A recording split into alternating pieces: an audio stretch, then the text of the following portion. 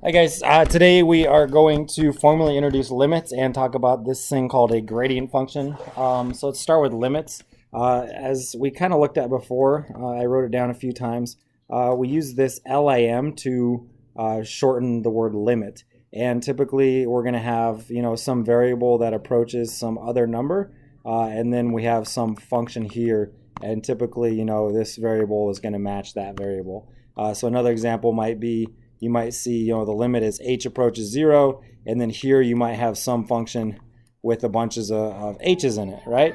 So again, typically the same letters that are here are also here. And again, the way you read this is the limit as x approaches a of f of x, or the way you would read this is the limit as h approaches 0 of h squared plus h all over 2. And what this means is we're going to look at, so let's look at an example real quick with some numbers. You might see something that looks like this. The limit as x approaches 2 of x squared. What this means is we're going to plug in numbers really, really close to 2, and we're going to ask what happens to the function value, right? What happens to that number squared, right? And the function value is whenever you plug in the function and you number squared. And again, limits don't care what happens at this value, right? We don't really care what happens at 2. What we care about is what happens as we get really, really close to 2, right? So this is best illustrated with a nice graphing calculator. That is not okay, T.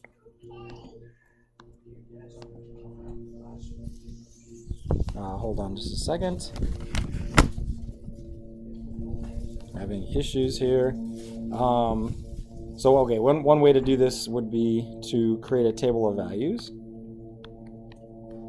Right, x here, and then this is f of x, which is just x squared. And again, we care about what happens as we get close to 2. So I don't know, let me just start with some numbers. So we can start with 1. 1 squared is 1. Then we might go to 1.5. 1.5 squared. This is where we need our calculator.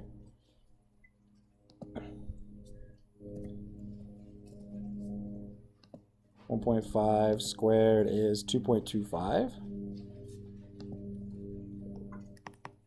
And then we're trying to get even closer, so we might go to maybe, I don't know, let's just say 1.8, which is 3.24.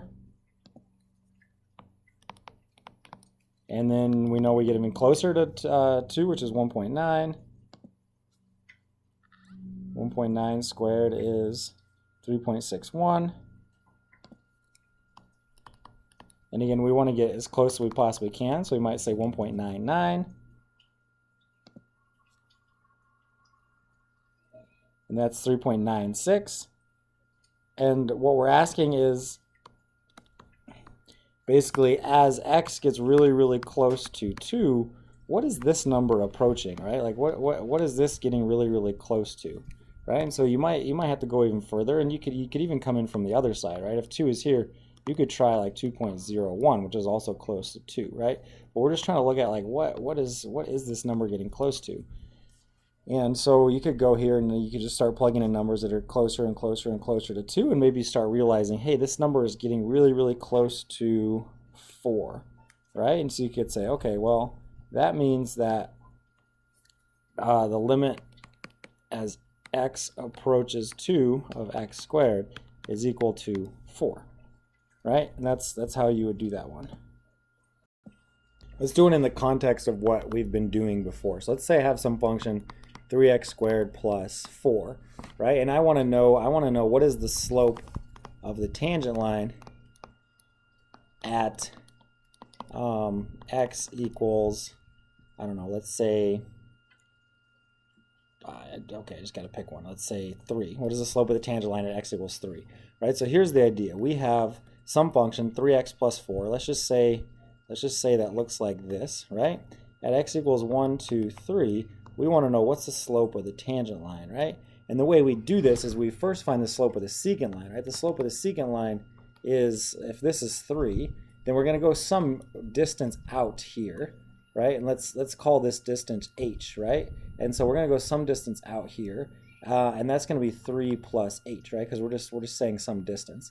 And so the function value here is f of 3, and the function value here is f of 3 plus h, right? Because we're just plugging in this number, right? So just to give you a quick example, let's say h is 5. No, not 5. Let's say h is 1. Then, then this graph would look like this, right? This would be at 3, right? And then this one would be, the h value would be 1, putting us at 4, right? So our function values here would be f of 3, and this would be f of 4, right? And then if h was 0.5, then, this would be 3.5 and f of 3.5, whatever you get when you plug in 3.5. And so what this becomes is, if I want to find the slope of this function, right? The slope is just the rate of change, the change in y over the change in x, right? I basically subtract my y coordinates, which in this case are f of 3 plus h, right? Because that's my y coordinate, minus f of 3 over 3 plus h minus 3, right? Subtract your x coordinates. Your x coordinates are 3 and 3 plus h. Hopefully what you notice is that these guys cancel, and you're left with f of 3 plus h minus f of 3 all over h. And in order for this to become the slope of a secant line, right, we want this h to be, in order for it to become the slope of a tangent line, we want this h to be as small as it possibly can be, right? We want these 2 points to be really, really close together, and that will happen when this h value, this distance, is really small. So what we're going to do is we're going to take the limit as h goes to 0 of this, right?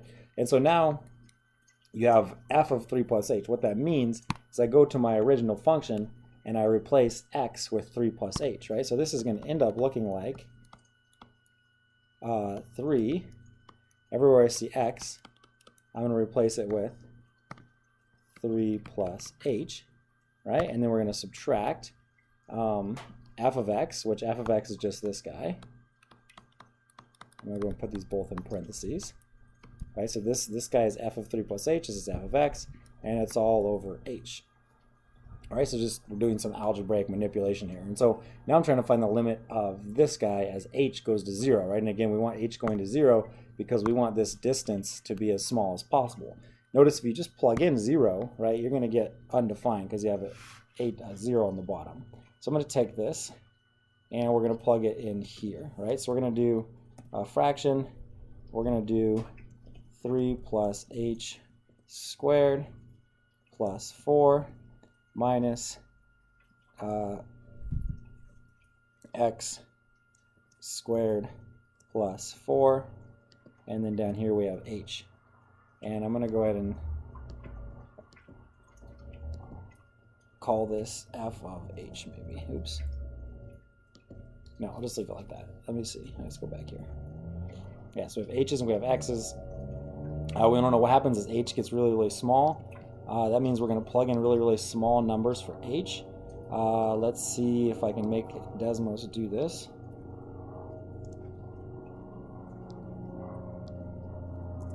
All right, I'll pause and see if I can get it to do it. Oh no, I see what I'm doing wrong. This is f of 3, which means I should have been plugging in 3 here and not just x, right? So that would be that. So let's go ahead and simplify this a little bit. We'd get 3 plus h squared plus 4 minus, this is 9, 27 plus 4 is 31. So you got a minus 31 there, right? And we're trying to figure out what's the limit as h goes to 0. So we're going to go ahead and go back to our Desmos, and this is just, this guy up here is just 31. Right, we don't know what happens as h goes to 0. I think I know the problem is because h is up there. Let me get it to work. Okay, so here we are with this. We have 3, and then we have our h value here. And basically what we're doing is we're trying to find the limit as h goes to 0. So we might try h being 0.5 to start with. And if his h is 0.5, we get 19.5. We want h to go to 0, so we closer to 0 would be 0.3, right? So if I make both these h's 0.3, then we get 18.9, and we're getting, again, we're looking for like, what does this approach as h approaches 0? We might go to 0.1, which gives us 18.3. 0.01 is even closer to 0. 18.03, and as soon as you can guess, or not guess, but as soon as you're really confident in what this is approaching, you can state it, right? So as h goes to 0, this goes to 18.3, right? So this is going to be this limit is not 18.3 but 18, right? The closer I get to 0, the closer to 18 this gets. And so what that means is the slope of this tangent line here is 18 when x is 3. At x equals 3, the slope of this tangent line is 18. So that's one way to do it, right? Let's just look at another example. Let's look at limit as, just so you, like maybe right now you're just recognizing, well, I could have just plugged in 0 here. Well, not really on that one, but I could have plugged in 0 on a different one. So like, I don't know, let's just do this real quick, right? X approaches 3 of 3x plus 4. So again, I'm going to do 3x plus 4. And we want to know as x approaches 3, what is the limit, right? So we're going here, and we're going to plug in numbers really, really close to 3 and see what it approaches. So let's say 2. That's 10. 2.5 is 11.5. 2.6, 2.7 is 12.1, 2.8, 2.9. And we're looking at what is this number approaching? Well, 2.99, 2.999. And you're like, okay, well, it's approaching 13, right? As I get really close, this is approaching 13. And then you're probably like, well, Mr. Stevenson, that's just, that's just a waste of time, right? Couldn't I have just plugged in 3 and just gotten 13 exactly, right? So you might be like, well, that was a waste of my time, Mr. Stevenson. Well, let's consider a different example where that doesn't work out, right? So let's consider this example. X plus x, let's say x minus 3, x squared minus 9, right? So let's consider the example like this, and you might say, all right, well, now I know I can just plug in the number, right? So you get to here, and you're like, all right, this is x minus 3 over x squared minus 9, and that, you're like, I can get around Mr. Stevenson's shenanigans. I'm just going to plug in 3. And what happens? Undefined, right? So sometimes you can't plug in 3, right? So you have to plug in numbers close to 3, like let's start with 2.9. And again, you have to plug it in everywhere you see x. And it's like, okay, that's 1.69. Let me plug in something a little bit closer to 9. So closer to 3. 0.1669. Get even closer. Let's add 2 more 9s. And 2 more 9s. 0.16 again. 2 more 9s. And 2 more 9s. Can you see what it's approaching? Well, it's going to be like we've got it to at least a couple decimals. 0.166. 0.16 and then repeating 6, right? So this limit is 0.16, and so maybe that wasn't as obvious to you.